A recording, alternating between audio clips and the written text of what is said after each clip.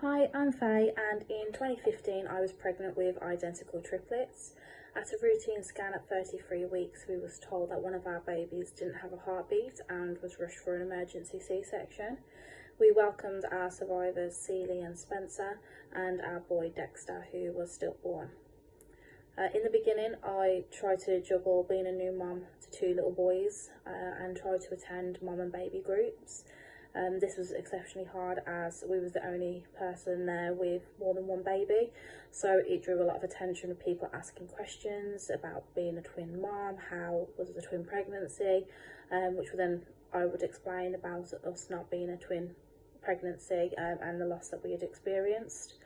After a while I found that quite difficult to maintain and decided to start attending twin and triplet mom and baby groups. This again came with its own problems where I wouldn't see regularly triplet parents with all their babies and found that quite painful to attend, and I found it quite difficult finding somewhere where we fitted in with our situation with not having to explain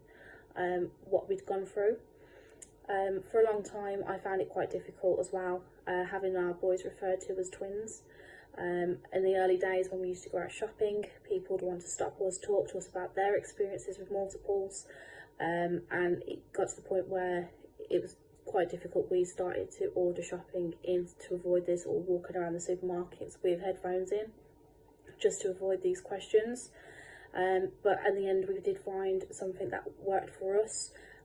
whereas if we had people coming up to us asking, oh, are they twins, we would explain our situation so we didn't have that guilt of not acknowledging Dexter. But if we heard someone saying, oh, look at those twins, we would just let those comments pass us by, and that seemed to have worked quite well for us going forward. With regards to our friends and family, we made it quite clear early on how we felt we wanted the boys to be referred, that we weren't going to be calling them twins, and that we want to people to respect our wishes, to either call them the boys or by the names, or even triplets, even though the other one wasn't with us, which most of our family have agreed and follow through with. As we didn't have a different day to remember Dexter by, and the day he passed away was the boy's birthday, we decided going forward that we would use the weekend before the boy's birthday as our time to remember Dexter. When the boys were little, we would attend the grave, put new flowers on there, decorate it to celebrate his birthday, and then when the boys got a bit older and were starting to understand the loss that we had gone through, we started to incorporate them with that. So we started doing balloon releases with messages on, asking people to let us know when they found the balloons, where they found them, so we could keep a record of that for the boys to look at as they got older. And then we also started doing the same with painting stones and placing them in our local park for people to find and let us know through Facebook where they found them. But now as the boys are a lot more older, we start asking them how they choose to remember Dexter, and sometimes they have asked to spend the day at the grave decorating it,